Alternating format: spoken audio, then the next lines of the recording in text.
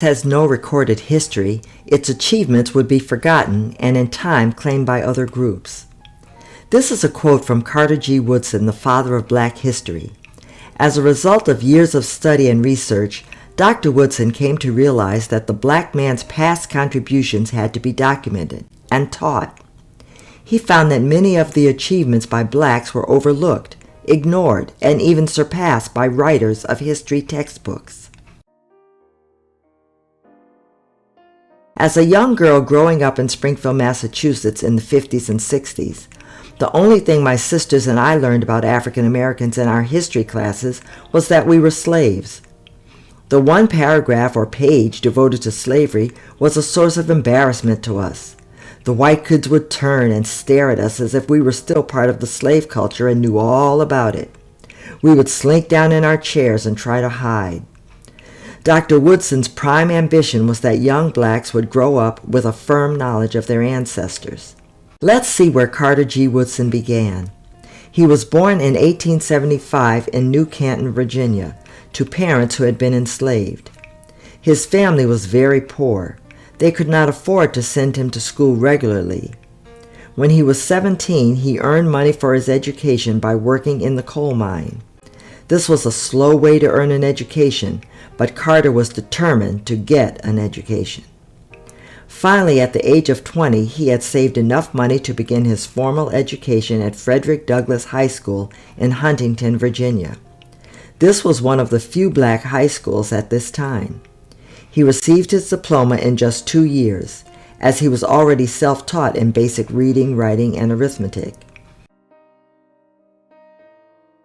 He went on to earn his first college degree from Berea College in Kentucky, and then continued his education at the University of Chicago, obtaining another bachelor's degree and a master's degree. In 1912, he earned his Ph.D. in history from Harvard University, making him the second black American to graduate with a Ph.D. from Harvard. W.E.B. Du Bois was the first. In 1926, Dr. Woodson began the observance of Black History Week. It was to focus on the achievements of black Americans. He chose the month of February because it was close to the birthdays of Abraham Lincoln, who had been responsible for the Emancipation Proclamation, and African-American orator and abolitionist Frederick Douglass. During the next 50 years, Negro History Week grew in popularity. American cities celebrated in their own ways all over the country. Teachers began teaching notable contributions of African Americans during class time. I was one of those teachers. When I began teaching in a predominantly white school in 1970, I started teaching about African Americans to my first graders. The kids and parents loved it. The African American kids beamed. From then on, I incorporated our history into every school where I taught. In many instances, I made materials available for teachers in my schools to use, so they too could teach Black history lessons and do projects with their students. In 1976, Negro History Week became African American History Month, or Black History Month, with President Gerald Ford urging Americans to participate in its observance.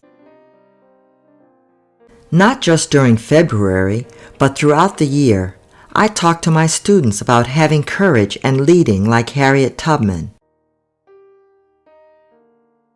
having strength to face challenges like Rosa Parks, reaching goals and shooting for the stars like Mae Jemison,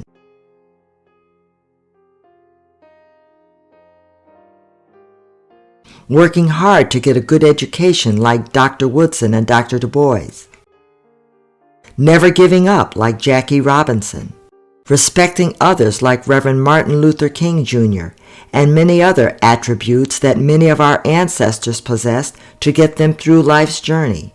Now, there is another controversy brewing in our country, the banning of books in our young people's schools. Book bans across the country are trying to keep our children from learning anything about our own heritage in the fear that it may harm the psyche of their non-black counterparts once they see how their ancestors treated us. How will we be able to stand on the shoulders of our ancestors for strength and courage if we can't read about them?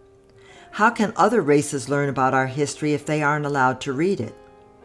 How will our children become well-rounded without reading different genres of literature approved by their parents or guardians? We as Black parents, Black guardians, Black grandparents, Black aunts and uncles, Black educators, Black church members, etc., need to do something. If the schools won't do it, then we need to do it. In our homes, in our churches, in our neighborhoods. We have to pass our history on to our children. Someone must stand for our children. It has to be us. Psalm 78 says, "I will teach you hidden lessons from our past, stories we have heard and known, stories our ancestors handed down to us. We will not hide these truths from our children." As we pass on the history of God's work, we also need to pass along the history of our